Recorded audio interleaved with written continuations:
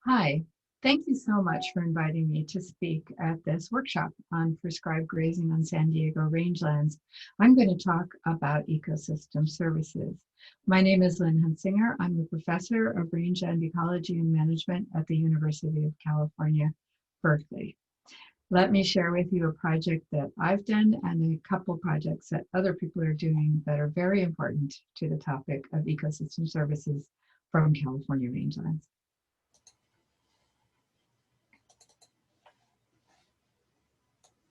We'll hope that all the technology behaves itself. So Reed Johnson, a graduate student, Van Butzik, a fellow professor, and I did this study looking at the value of ecosystem services from rangelands conserved by the California Rangeland Trust. And if you look at the Rangeland Trust website, you'll see that right there, they're advertising all the wonderful ecosystem services that they conserve by holding conservation easements on ranch lands in California. And the California Rangeland Trust works primarily with ranchers and believes in the stewardship of ranchers as being very important to ecosystem service production. The goals of the trust are to serve the land, the people, and wildlife by conserving California's working landscapes. And they've conserved 340,000 acres and more since they were founded in 1998.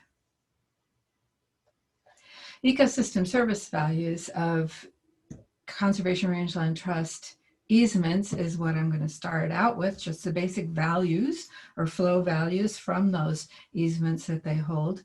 Then we're going to do something a little different about called return on investment, only not the return on investment as usually presented in many of these sorts of documents and studies, but the real return on investment using the financial tools we use for return on investment.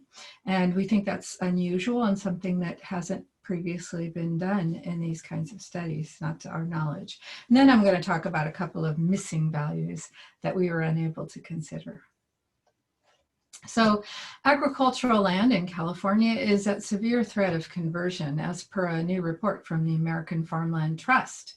California invested only 11 cents per capita in permanently protecting agricultural land in California. And working landscapes, and those are landscapes like the one in the picture that combine agricultural production, food production, with nature conservation. And as you can see, this is a beautiful job over here in the photo.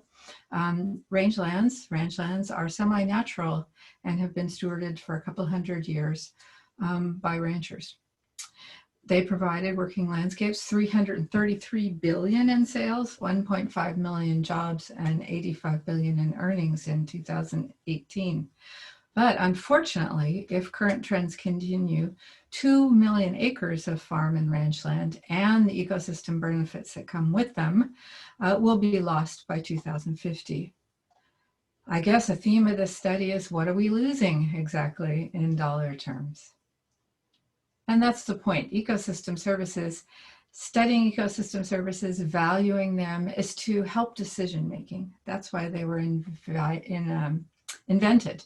Because when we decide, oh, we're going to put a shopping center here or a freeway there, decision making is helped when we have a value for what we're losing when we do that versus what we're gaining, so that we can really rationally assess the costs and benefits of our decisions.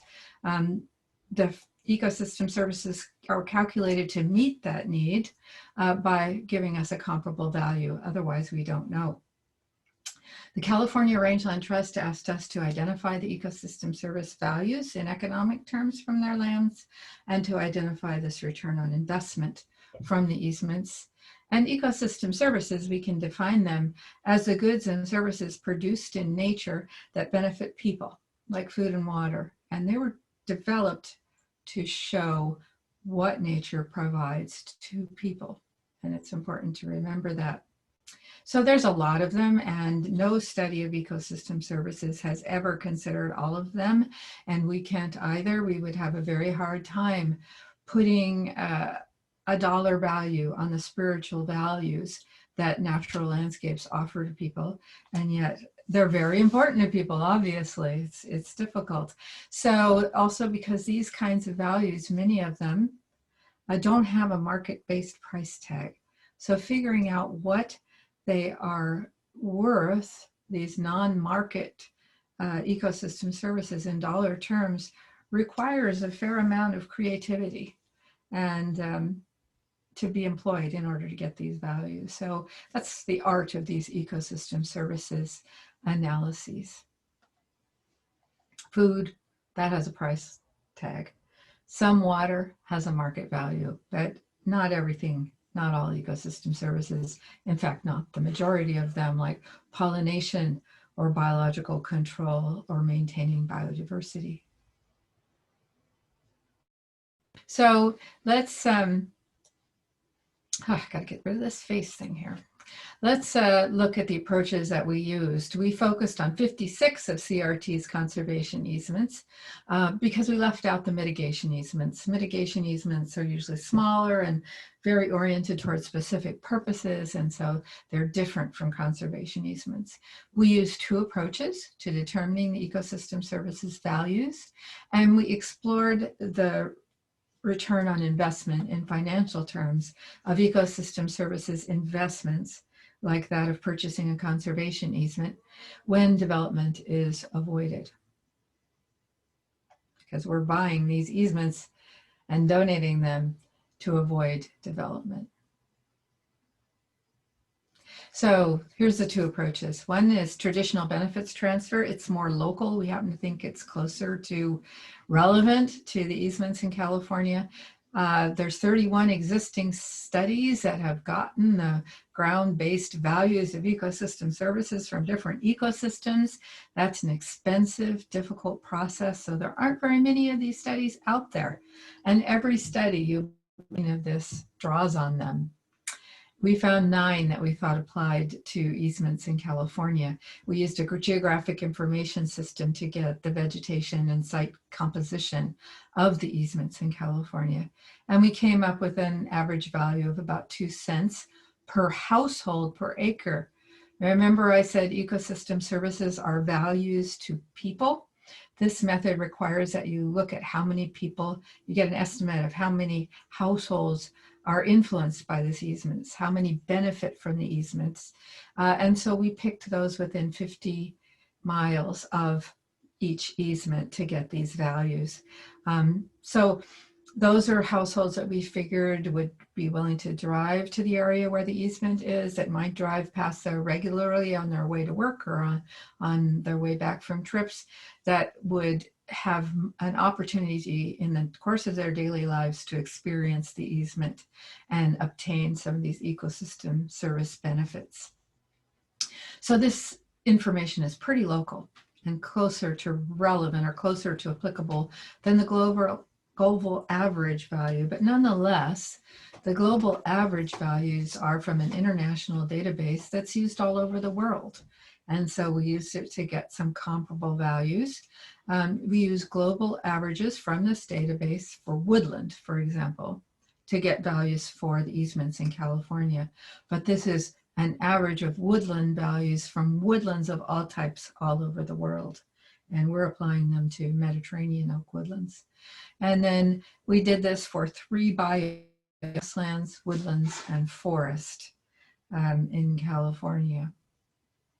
And we got a set of values from the global average database that way. So what do we find? Traditional benefits transfer, and these are usually, these showed that the purchased easements, the easements that the trust purchased opposed to donated ones, returned about 1.17 billion per year. We also looked at what it would be if we included donated easements. Those are a little harder to use because they don't have a purchase price, but the return from them was 1.44 billion per year. The other method we used, of course, the global average method, produced somewhat lower values per year. This is a flow, an ecosystem service benefit value flow year to year. For the purchased easements, it's 274 million per year, and for purchased and donated easements, 364 million per year.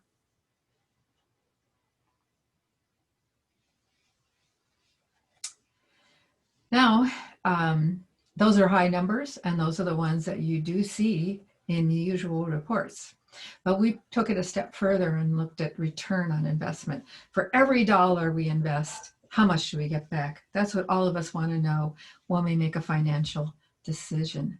So we know investing in conservation easements protects ecosystems and their services, but what happens if you buy an easement on a piece of land that never would have been developed anyway? You've actually paid to protect ecosystems and their services that were not in danger in the first place. So that's going to give you a low return in terms of saved ecosystem services compared to a property that would be developed where a significant part of the ecosystem services would be lost. If a property would never be developed, there's no need for an easement. So we took return on investment and worked on it in financial terms, just like you would if you were trying to invest your money in a product. And the product is saved ecosystem services. That's what we're investing in. What did we get in return? Well, we decided we needed 3 scenarios to look at for the possible future of these easements to measure the possible return on ROI. In the short term, we can use the appraiser's assessment of the highest and best use of the land. It's a point in time under current conditions, where towns are, where utilities are, where everything, the market is, what's the highest and best use of this land. This is by far the most conservative because many times, well, because things change over time, right? Utilities and population spread. Development becomes feasible somewhere where it wasn't economically feasible before. Water reaches an area. So we consider this to be the short-term scenario, just based on right now, what's happening. We like the medium-term scenario we developed, which is at ranches, how much ecosystem services will be lost if ranches are developed to the maximum extent allowable by zoning, or rather, how much ecosystem services would be protecting with our investment if ranches are developed to the maximum extent allowable by zoning.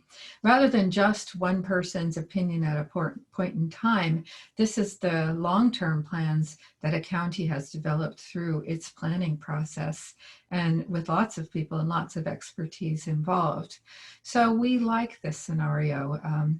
In other words, and we were also able to consider whether it was going to be allowed to develop to a very high level of intensification or not, or whether it would be large lot or ranchette types of development, because those make a difference in terms of how many ecosystem services would be lost. And then our long-term scenario is that ranches would be fully developed. And that's what almost every other one of these projects that I have seen uses this assumption that ranches would be fully developed without the easement. But we know that's not always true. So here's our results all together. And there's a lot of them because we have to look at just the purchased easements versus all the purchased and donated easements. And then we have our 2 methods for each of those, and this is the one we favor. Then we look at the easements services, ecosystem services from the easement produced every year.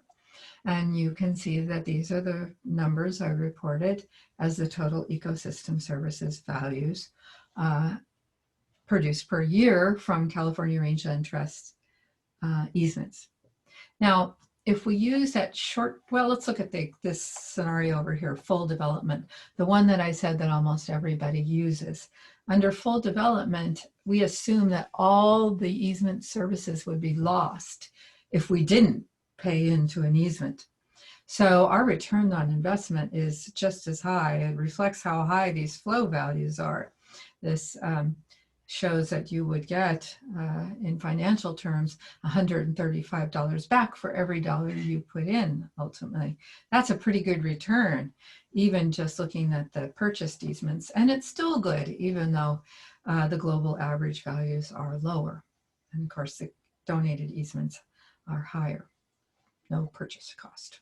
Okay, then if we go here and we look at the highest and best use as defined by an appraisal, we find a very conservative estimate of the potential for development of ranches, very limited, based on a point in time and one person's opinion. And we find that sometimes maybe our money may have been better elsewhere. When we look at dollars per dollar invested. And that would indicate that under these scenarios, there was not much probability that they would be developed.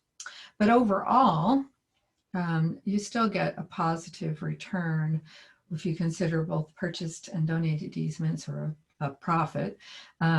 If you never get it, you would still make a profit, a reasonable profit, if you use all the purchased and donated easements, even by these very strict criteria of the appraiser and very short-term limited appraisals. So if you look at the maximum development under current zoning, the scenario that we think is the closest to realistic, remembering that we have by no means accounted for all the ecosystem services produced from a working landscape, you can see that the dollars returned per dollar investment are the kind of investment that I would be happy to make. And they're pretty good. So in general, our key findings is that there's very high values for ecosystem services from these rangelands conserved by the Rangeland Trust, regardless of the fact that it's not all the easement values, and that we do have some ranches that may not have been developed anyway. So, and we found that rangelands returned $1.35 to $3.47 for every dollar invested if we use the assumption that they would develop to the current zoning maximum. And if we assume that all rangelands would be developed or intensively used, if we didn't put an easement on them, the investment value, the value of the ecosystems preserved relative that we've invested in, it gets really high. So we found overall that conserving in these rangelands is a very good investment and important to protecting ecosystems and the benefits they provide to society.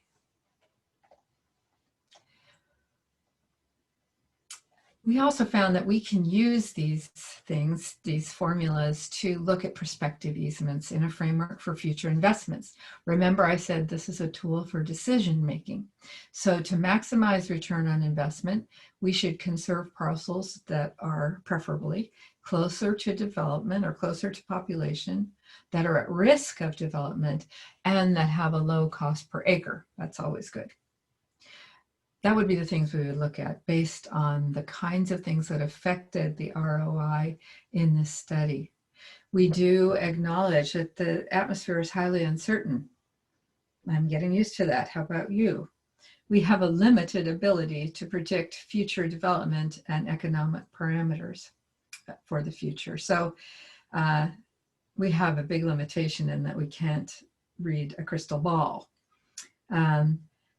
Current investments produce a positive ROI, and if we use some of these guidelines, perhaps we can up that.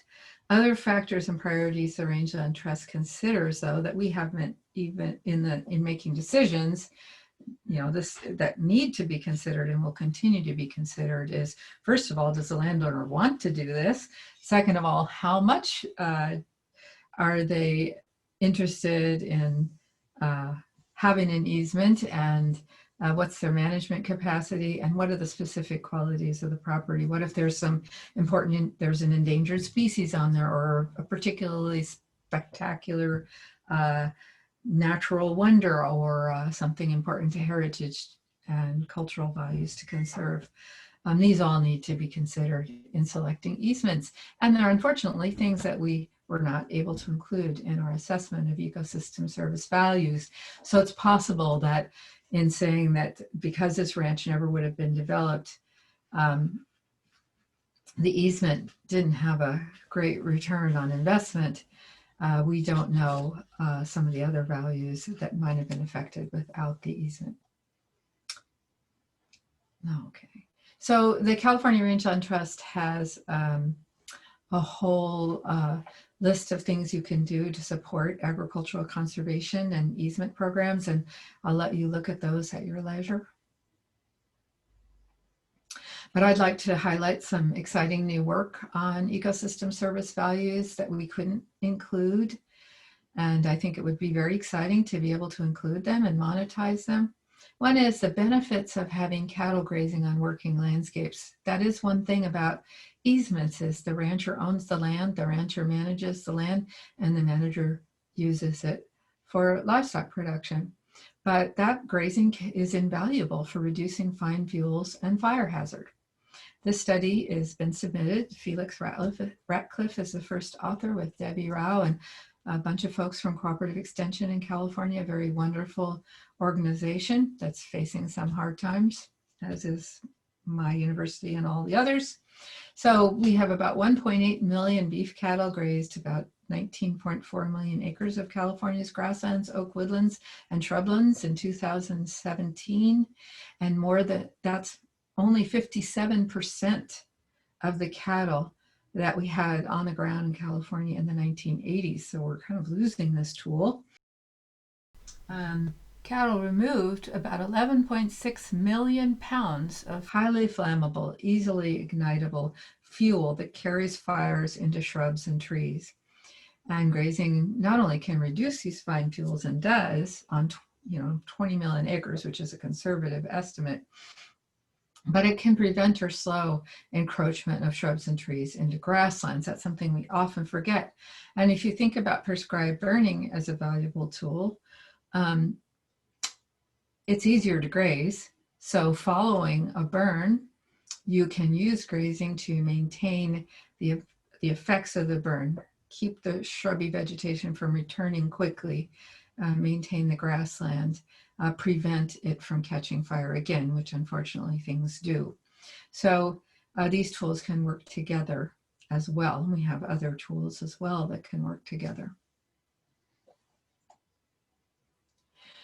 This is the pounds of fuel removed per acre by cattle, according to the county crop reports in California in different regions of the state, just to illustrate that this is a widespread. Here we are, South Coast. Close to 400 pounds an acre. That's a lot.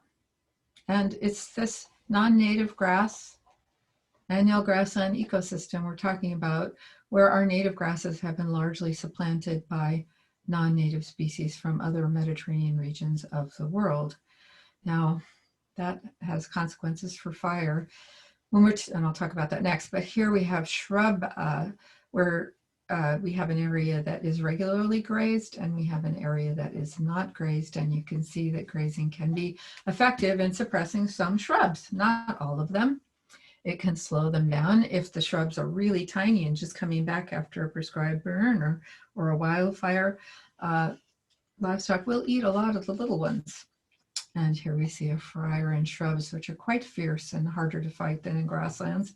But here's the fine fuels that will get that started, these annual grasslands.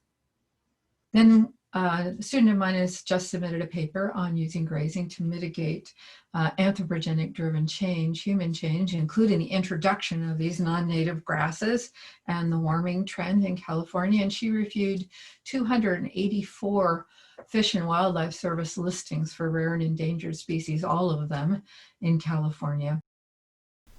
The Fish and Wildlife Service has historically been rather skeptical of grazing, although that's changing year by year. And what that means is that if a listing document says that there's a benefit from grazing, you can be assured there's a lot of documentation and research to back that up. The same can't be said of negative impacts from grazing. That's often an assumption. It's interesting to look at the materials and see what has citations and what does not. And, you know, grazing's not a black box, right? That's the other thing to remember. Students always ask me things like, is grazing bad for this or is grazing good for this? And I have to say, what animal, how long, what time of year, how many, what's the management, who's watching them, are they moving around? You know, all those things are important. And all of those things can be manipulated. That's the utility of using livestock. They can be moved at will and managed the way we want them managed to create ecosystem service benefits. So these species included flowering plants, pollinators that depend on them, birds, fish, amphibians even. And at the landscape scale, grazing supports conservation through land sharing or working landscapes that keep agricultural lands profitable and a low risk of conversion or intensification so that species and ecosystem services can be conserved. Those are two big things, the grazing process and grazing as a source of income, both good for our wildlife. Now, why is this? Here's a hill down near San Jose, Tulare Hill. It was being grazed regularly. Here's some of our beautiful natural wildflowers, owl clover, California poppies, blue-eyed grass. This photo was taken by Stuart Weiss, who wrote a transformative paper about grazing and the endangered bay checker spot butterfly, a pollinator which needs flowers to pollinate and to use for breeding, and which has been extirpated from a lot of habitats. And it turns out that it's in many cases because of this. When you don't graze in a good rain year, the annual grasses grow faster, bigger, taller, they take over, and then in the summer they die. And for a while they're just standing kindling for setting California on fire, but then they fall over and they make thatch, a thatch that is impenetrable to a variety of species and therefore reduces biodiversity right off the bat. Just pure drowning and smothering. And grazing, there's been notable cases where they've had to restore grazing when they realize that they're losing the plant or animal species that they wanted to protect. Now, I had a revelation. I was watching a talk about marine biology, and I looked at this, and he was saying this is an ecosystem with the fish herbivores in action and plentiful and keeping the algae down, and the species that grow are diverse and beautiful, and it's a healthy coral reef. But overfishing and the removal of those fish, this is what happens. Well, I got to tell you, that's how I see my home state in many areas. It's being smothered by these grasses. They are not going away. In fact, we think of the California grasslands and woodlands as a novel ecosystem with new species that are here to stay, and we need to manage them. We need to manage them with new methods, right? Because it's a new environment and we're having a new climate as well. So we need to think about the future and about what we're doing. We're not going back. If I convince you of nothing else, I do want to convince you of that. But the ecosystem service values of this reef have clearly declined, unless you're into algae farming. I want to close by talking about a talk I gave a long time ago where I was talking about the benefits of open space and rangelands are beautiful open space and so on. And this rancher after my talk came up to me and he said, Lynn, we're not crazy about the term open space. And I thought, what could be wrong with open space? You know, it's the greatest thing. And we love it. And we love to look out on these beautiful views. And he said, well, it means we're not here, that there are not people here. And I think people forget that these landscapes are our home and that we've been taking care of them for a couple hundred years. And the wildlife that people cherish and the landscape and the plants and the animals are there because we've taken care of them. And, you know, I'm thinking maybe also because of grazing and because of the way the land's managed. It was really enlightening to me. Anyway, he felt underappreciated, unrecognized. And if somebody was going to talk to him about this ranch, his ranch and all the wonderful species they were going to tell him that he was doing things wrong, despite the fact that they wanted to conserve his ranch. So the California Rangeland Trust, the reasons it was formed was to help with this problem. They do definitely recognize the positive role of ranchers in ranching, but also in general, we need to realize that with working landscapes, we need to learn from and work with the people who've been managing them all this time. And they know about it. For example, Daryl Sweet, a friend of mine, has his family's been ranching in this area near Livermore for 5 generations. And this is a stock pond that one of his relatives built some time ago. And he got funding to improve it. You can see there's been some improvements going on. And here Daryl is with a visitor from Fish and Wildlife. And they're interested in the stock pond because it turns out to be hugely popular with tiger salamanders and red-legged frogs, even though it doesn't meet our expectation of what a pond, a beautiful pond, should look like. Turns out these animals like this pond. They like the fact that the mud hides them from predators, that the shoreline vegetation doesn't hide predators lurking, trying to eat them. They like that the short grass, in particular the California tiger salamander, migrates up to 1 mile to other ponds every year, and they like that short grass. There's been studies that have shown the value of stock ponds, and for a while the recommendation was to fence them, and then these animals would decline. Now about half of the habitat for the endangered tiger salamander in the Bay Area is in rancher stock ponds. And Daryl and the person from Fish and Game, Fish and Wildlife, she's authorized to handle endangered species. He's not, and she's come to relocate some tiger salamanders into his pond because it's such a good spot. And he's proud of that. He loves telling this story, and that's, great relationships make great landscapes. That's my theory. Thank you so much. You can see people enjoying the ecosystem services in this stock pond. And I'm really glad to have been able to present today, and I look forward to the panel discussion very much. Thank you.